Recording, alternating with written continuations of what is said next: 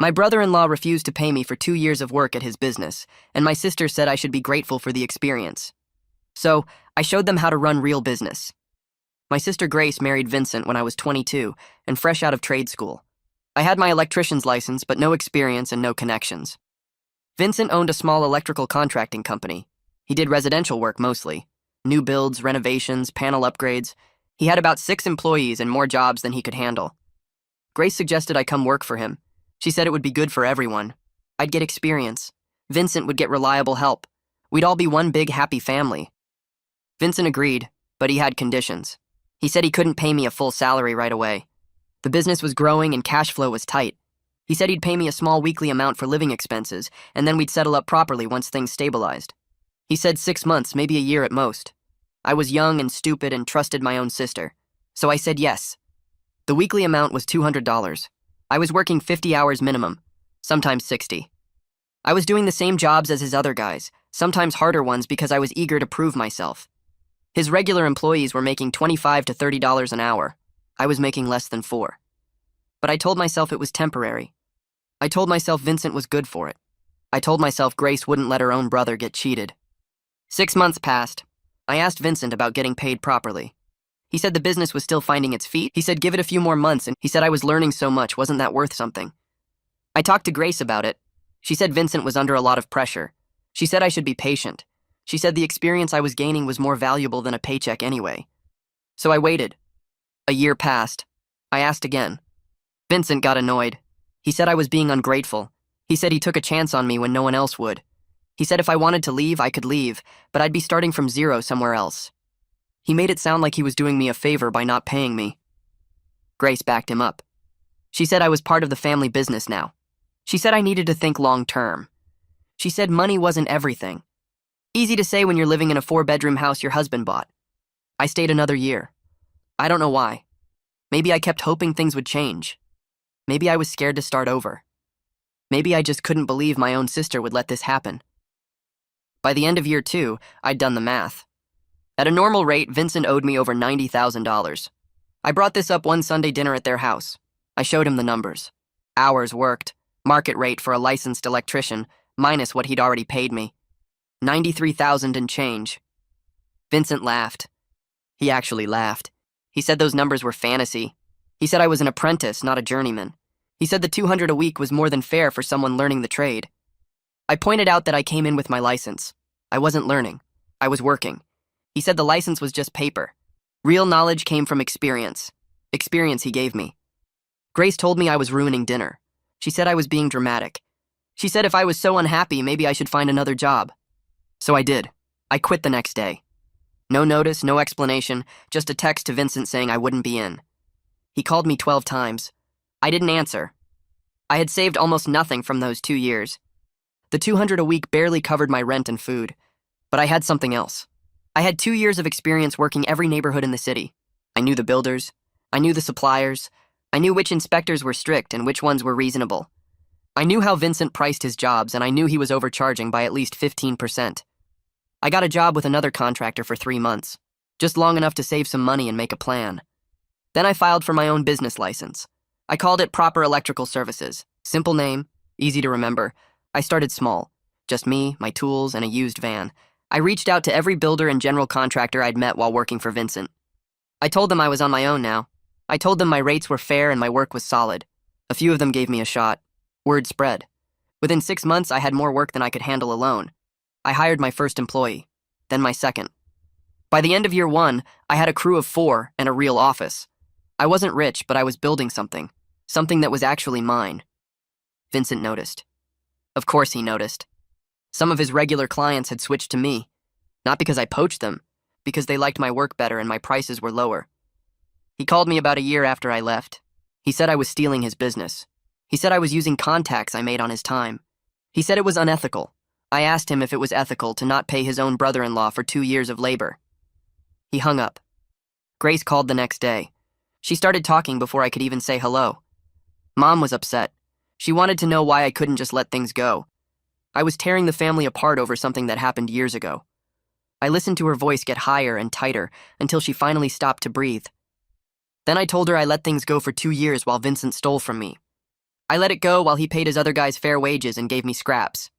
Now I was succeeding on my own, and that made her mad. She went quiet for a second.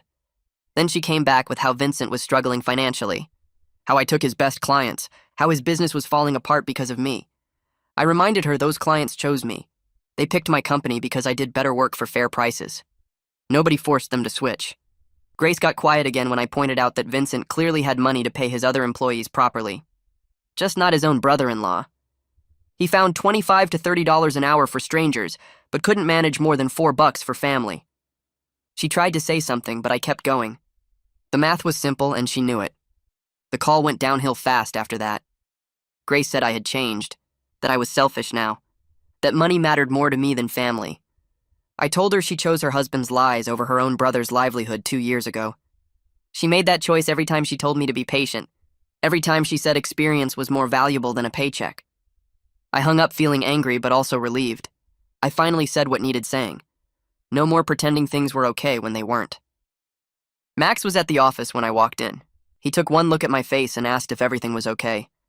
I gave him the basic story. Worked for family, got screwed over, sister sided with the guy who screwed me. He nodded and said his uncle did something similar to his cousin. Promised him part ownership of a landscaping business if he worked cheap for a few years. 5 years later, the cousin was still cutting grass for minimum wage, and the uncle bought a boat. Max said he got it. Some people think family means you work for free. Clyde called the next day. He had a major commercial project and wanted me to quote on the electrical work. A new restaurant complex going up on the east side. 3 separate dining spaces plus a shared kitchen. Full build-out. He sent over the plans, and I looked through them that night. This was the biggest opportunity I'd had so far. The job was worth maybe $40,000 in revenue, more than I made in 6 months when I first started. I told Clyde I'd get him a quote by Monday. I spent the weekend working on the bid. Janet came by Saturday afternoon to help with the financial projections. We sat at my kitchen table with the plans spread out and went through every circuit, every outlet, every light fixture. Janet plugged numbers into her laptop while I calculated materials and labor hours. The numbers worked even with my lower pricing model. I could come in under what Vincent would charge and still make good profit. Enough to hire a 3rd employee, enough to upgrade some equipment, maybe get a second van so we could run 2 crews. Janet printed out the final bid sheet and I reviewed it 3 times. Everything looked solid, professional, competitive. Monday morning, I emailed the bid to Clyde at 8. He called back at 2 that afternoon. I got the job. He said my quote was professional and competitive. Then he mentioned Vincent bid too.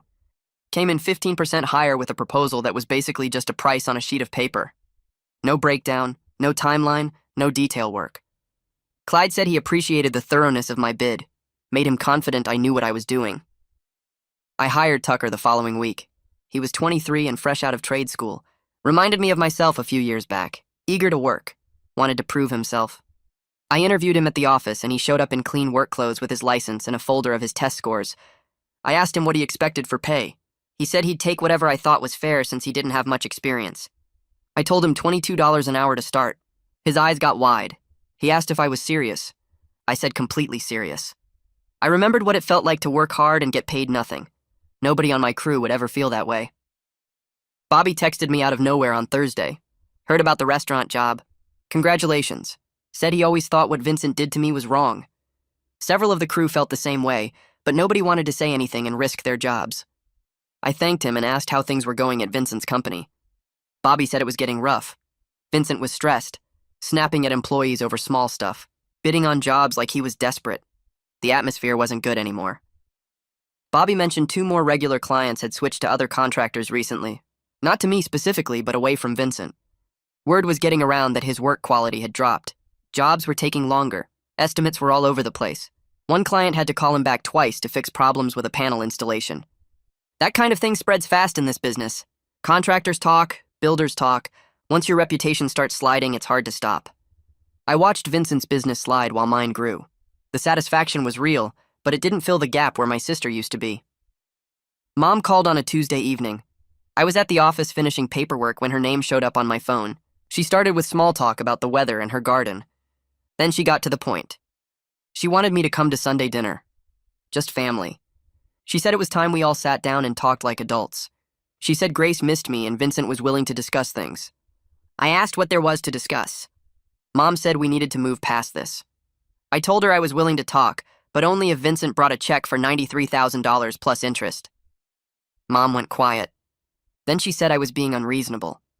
She said family was more important than money. I felt my jaw tighten. I explained that Vincent made it about money when he exploited my labor for 2 years. I said Grace made it about family when she told me to be grateful for being used. Mom said I was twisting things. She said Vincent made mistakes, but he was still family. I asked if I was still family when I was working 60-hour weeks for $200. She didn't answer that. She just said she hoped I would reconsider and hung up. The restaurant project started the following Monday. Max and Tucker showed up at the site at 7 in the morning with the van loaded. I met them there with the plans and we did a walkthrough with the general contractor. The space was gutted down to studs. Clean slate. We mapped out the panel locations and started running conduit. Max worked the main dining area while Tucker handled the kitchen circuits. I supervised and jumped in where needed. The work went smooth. No surprises in the walls, no hidden problems. By end of week 1, we had rough and done for the entire first floor. Clyde stopped by on Friday afternoon. He walked the site with his clipboard checking our work. He nodded at the panel installation. He tested a few connections. Then he told me he was impressed. He said the quality was excellent and we were ahead of schedule. He mentioned he had more projects coming up if I was interested. I told him I was always interested in good work. Diane called the next week. I was in the van heading to a supply run when her name showed up. She asked if I had time for a big project. I said depends on the timeline. She told me about a subdivision of townhouses. 32 units needing complete electrical throughout. She said it would be steady work for months. I asked why she was calling me instead of her usual contractors. She said she was done with Vincent. He missed deadlines on her last 2 projects. His crew seemed disorganized. One job had to be inspected 3 times because of code violations. She said she couldn't afford that kind of hassle. I told her I'd put together a bid and get it to her by end of week. She said she'd wait to hear from me. The days got longer.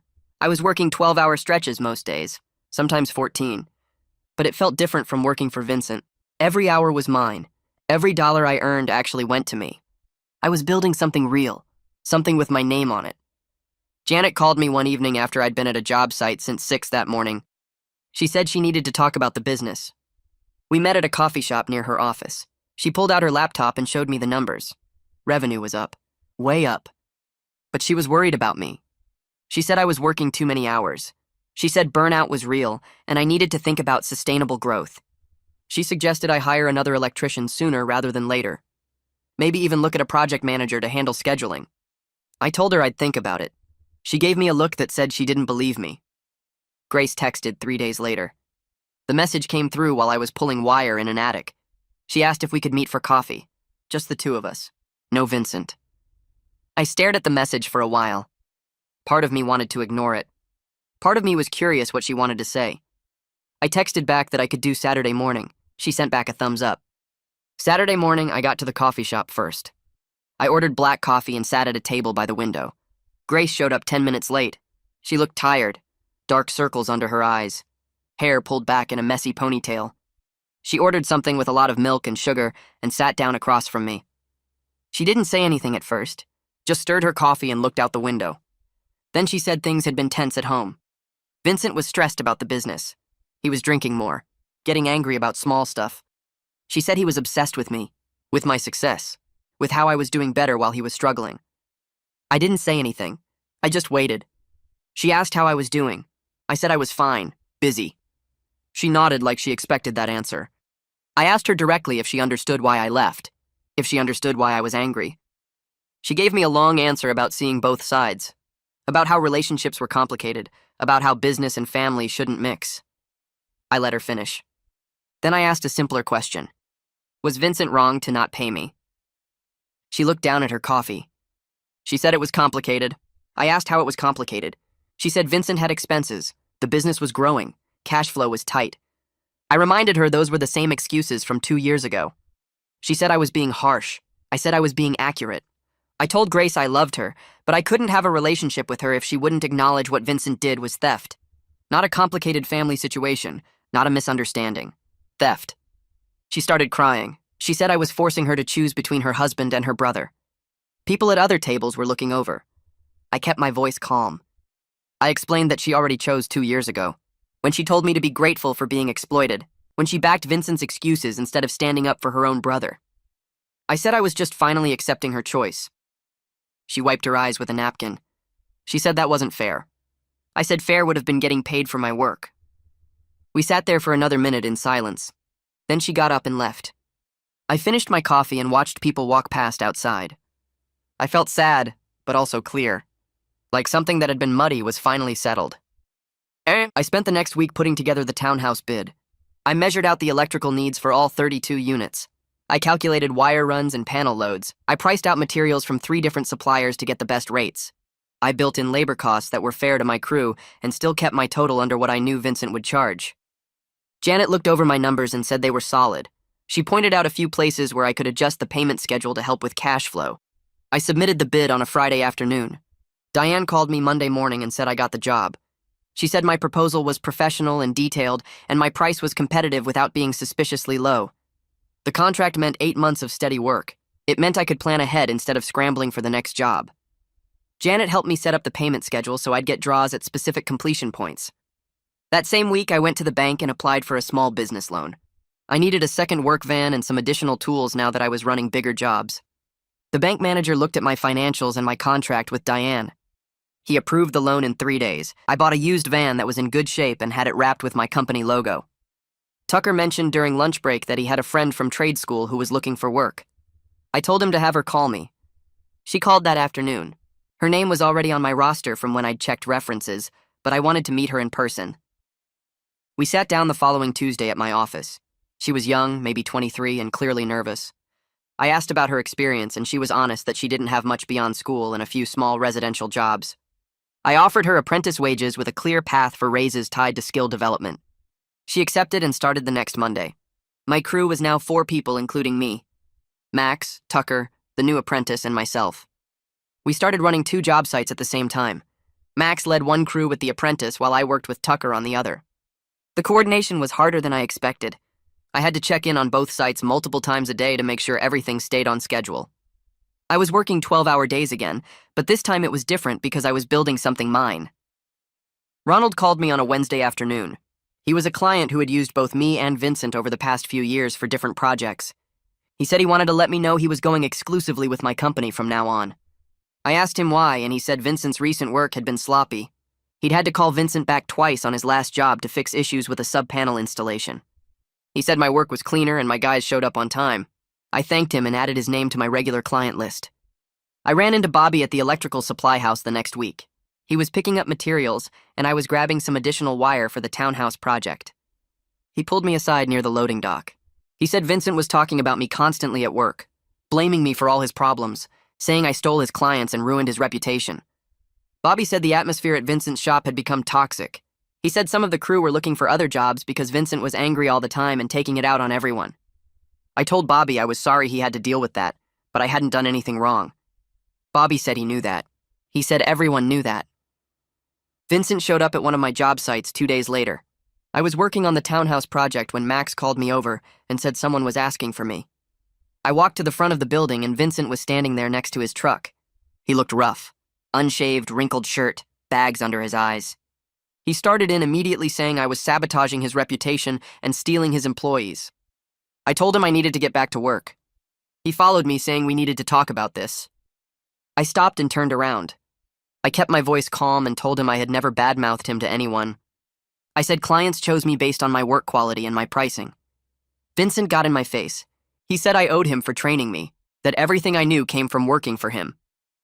Max walked up and asked if there was a problem. Vincent looked at Max and then at the rest of my crew who had stopped working to watch. He backed off a step. He pointed at me and said this wasn't over. Then he got in his truck and drove off. I went inside and called the non-emergency police line. I filed a report documenting the confrontation. I gave them Vincent's name and license plate number. The officer said it was good to have it on record in case he escalated. Clyde called me that evening. He said he'd heard about the job site incident through the contractor network. Word traveled fast in this business. He asked if I was okay and I said I was fine. Clyde said Vincent had been acting erratic lately. He said Vincent was losing bids because his proposals seemed rushed and desperate. He said a few contractors had stopped working with Vincent entirely because his quality had dropped. I thanked Clyde for checking in and told him I appreciated the heads up. Grace called that night while I was finishing paperwork at the office. Her voice sounded wrong from the first word, shaky and wet like she'd been crying for a while. She said Vincent came home after leaving my job site and punched a hole in their kitchen wall. Just walked in and slammed his fist straight through the drywall next to the refrigerator.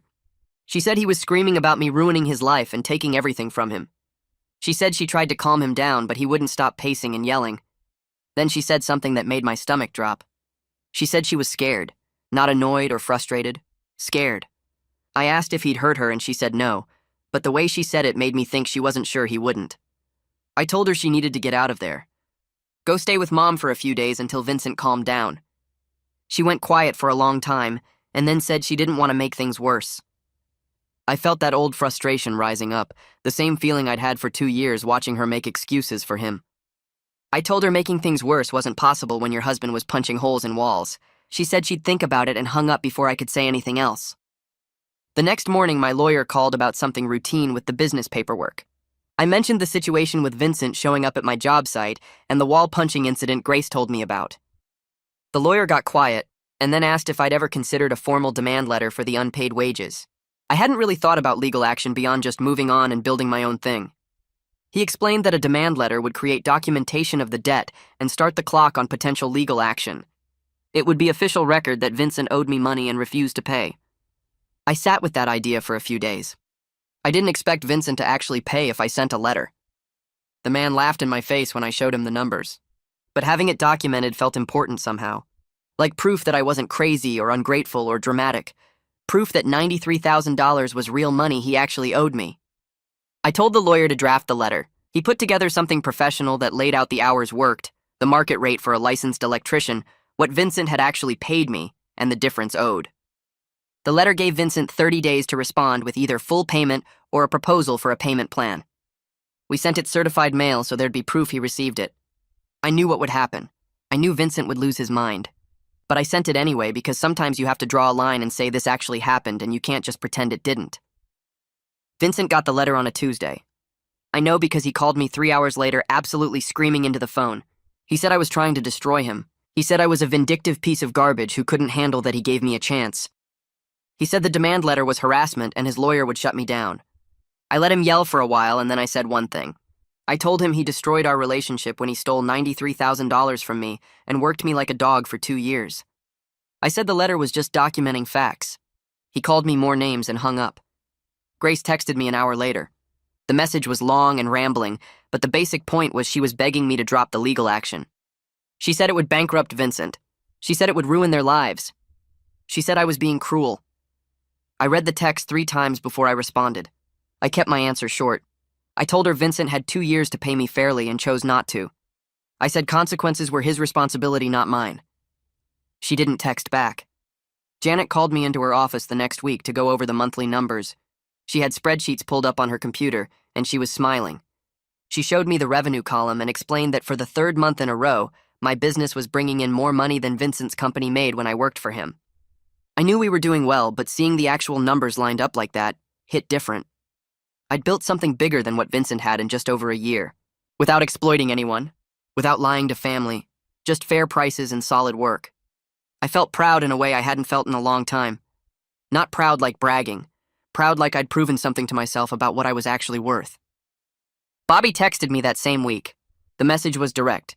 He said he was giving Vincent his 2-week notice and asked if I was hiring. I stared at that text for a while before responding. Bobby was Vincent's lead guy. Him leaving would hurt Vincent's operation significantly. But that wasn't my problem, and I wasn't going to turn down a skilled electrician because of Vincent's feelings.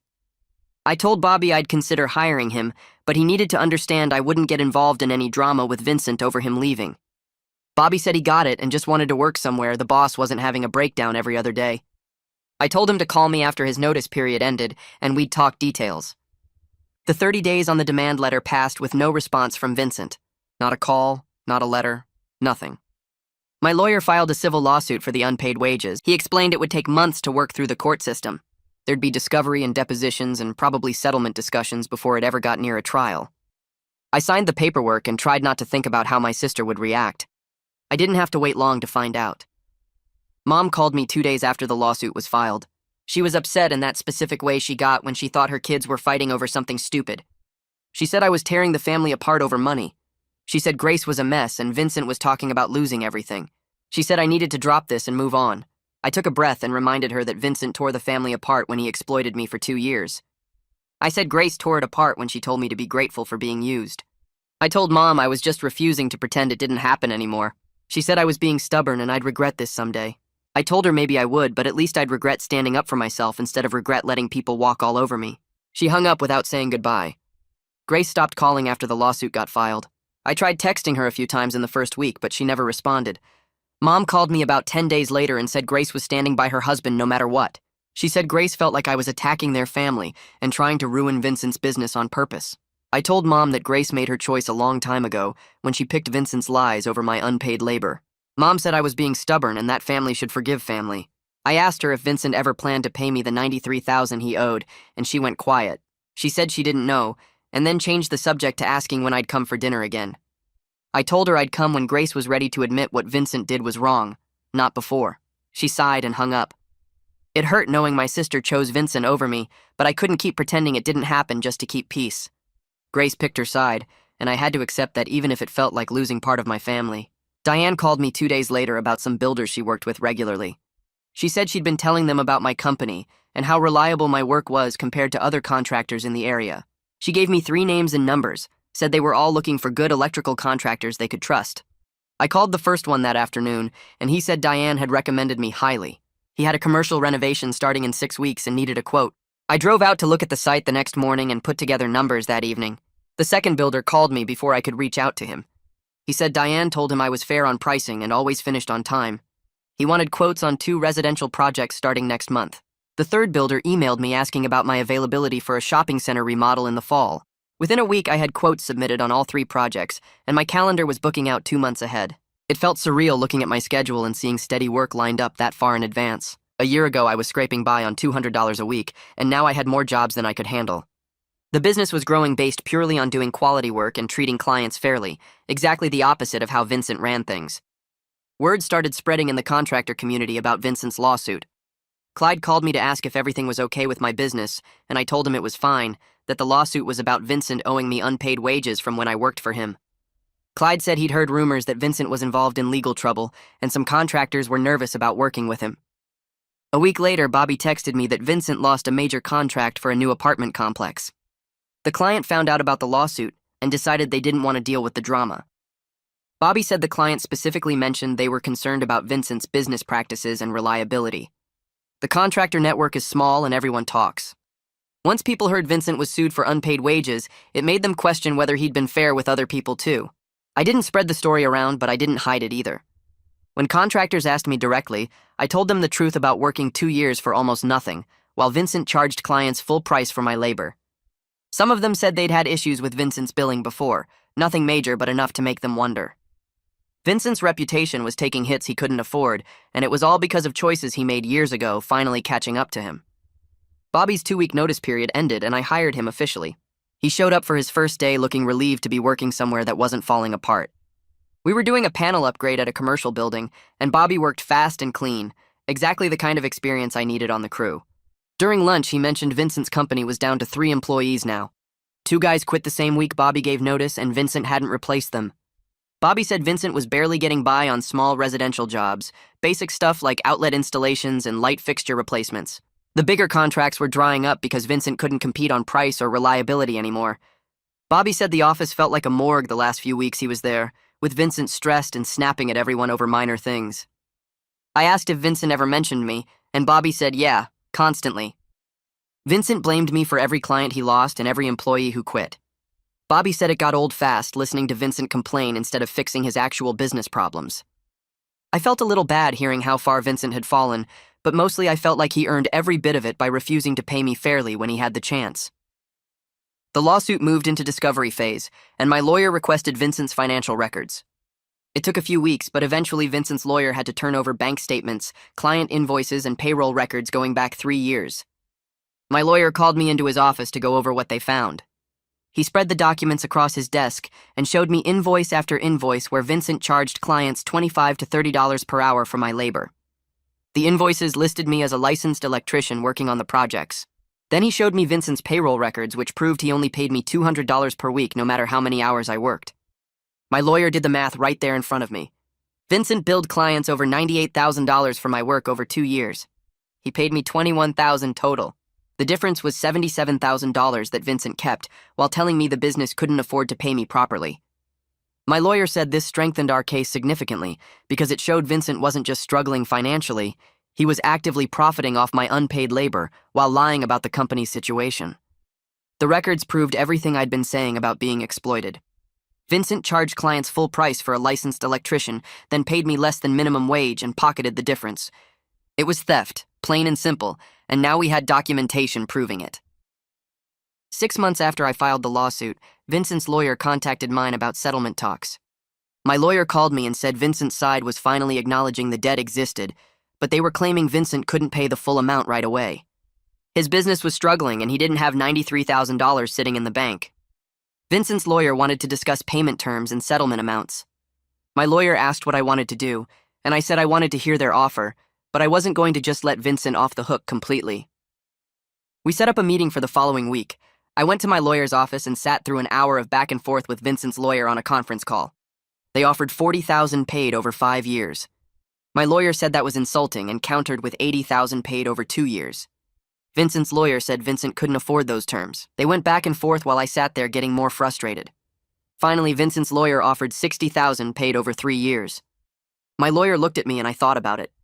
$60,000 was less than the $93,000 owed, but it was more than I realistically expected to collect if we went to trial. My lawyer explained that going to court could get me a judgment for the full amount, but actually collecting it would be difficult if Vincent's business failed. A trial would cost money and time with no guarantee I'd see more than the settlement offer. Plus, there was the risk of Vincent declaring bankruptcy and me getting nothing at all. I told my lawyer I'd accept $60,000 over 3 years, but only if Vincent acknowledged in writing that he owed me for unpaid wages. I didn't just want the money, I wanted the admission that what he did was wrong.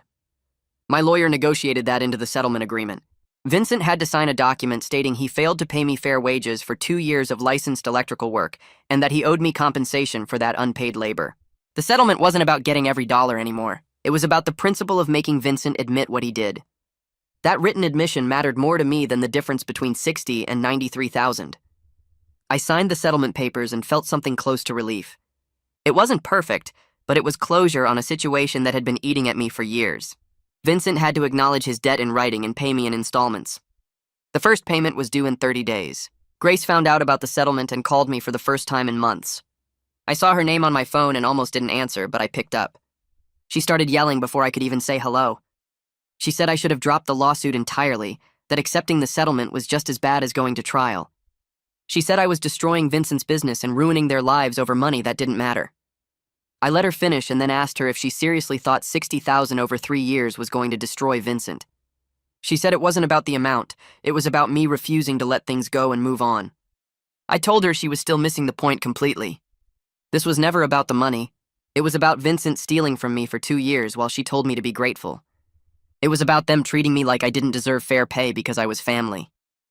Grace said I was being dramatic and that Vincent made a mistake, but he didn't deserve to be punished forever. I asked her when she planned to apologize for telling me I should be grateful for being exploited, and she went silent. She couldn't even admit she was wrong about that part. I explained to Grace that Vincent's written admission of the debt validated everything I'd been saying from the start. He charged clients full price for my work and paid me almost nothing. The settlement agreement proved I wasn't exaggerating or being dramatic like she claimed. Vincent acknowledged in legal documents that he owed me for unpaid wages. That admission showed I was right to leave and right to demand what I was owed. Her refusal to see that, even with legal proof right in front of her, showed exactly where her loyalty was. She picked Vincent over me back when this started, and she was still picking him now even when the facts proved he exploited me. I told her I accepted that our relationship might never recover from this. She made her choice and I made mine. She said I was throwing away family over pride, and I said she threw away her brother the moment she told me to be grateful for being stolen from. She hung up on me without saying goodbye. I sat there holding my phone feeling sad, but also clear about everything. Grace wasn't going to change her mind, and I wasn't going to pretend Vincent didn't do what he did just to keep peace. Some relationships don't survive when people show you who they really are, and that's okay. I had my business and my crew and clients who respected my work. That was enough. 2 years. That's how long Proper Electrical Services had been running when I realized we'd actually made it past the point where most small businesses fail. I had 8 people on payroll now. Max was my lead guy. Tucker ran his own crew. Bobby brought in experience that made the bigger jobs smoother. We had 2 vans, a work truck, and an actual office with a receptionist who answered the phone while I was on site. The reputation we built wasn't just about doing good work. It was about treating people right. I paid everyone fair wages from day one. No waiting periods, no promises about settling up later. When someone worked 50 hours, they got paid for 50 hours at their proper rate. When we finished a job under budget, I split the savings as bonuses instead of pocketing it all. The crew knew I had their backs because I showed them every week with actual money in their accounts, not just words about being family. The first settlement check from Vincent arrived on a Tuesday morning. $20,000. Right on time according to the payment schedule his lawyer agreed to. I looked at that check and thought about what it represented. Vincent finally admitting in writing that he owed me. A legal document saying I was right about being exploited. But the money itself didn't mean as much as what I could do with it. I called a crew meeting that afternoon at the office. Everyone gathered around wondering what was up. I told them the settlement payment came through, and I was splitting half of it among them as bonuses. Max got quiet and his eyes got red. He said he'd worked in this trade for 15 years and never once had a boss share money like that. He said most contractors would have kept every penny and called it recovering losses. I told him we built this company together, and everyone who helped make it successful deserved to benefit from that success. Bobby pulled me aside after the meeting and mentioned he'd seen Vincent at the supply house the previous week. Said Vincent looked rough, tired, defeated. Bobby was grabbing materials for our townhouse project, and Vincent was there picking up a small order. Just basic residential stuff. Vincent saw Bobby and asked how I was doing. Not angry or confrontational. Just asked. Bobby told him I was doing great and treating my crew right. Vincent nodded and didn't say anything else. Just paid for his materials and left. Bobby said it seemed like maybe Vincent was starting to understand what he'd lost. Not just the clients or the money, but the chance to build something good by doing right by people. I ran into Mom at the grocery store on Saturday morning. I was grabbing coffee and she was in the produce section. She looked surprised to see me, but not uncomfortable. We talked for a minute about normal stuff, and then she mentioned Grace and Vincent were in marriage counseling. Said the financial stress had gotten bad. Vincent's anger issues were worse. He'd punched another hole in the wall at their house, yelled at Grace over small things. She said Grace was finally seeing some problems clearly. Mom's voice was careful when she said it, like she was testing whether I wanted to hear about them.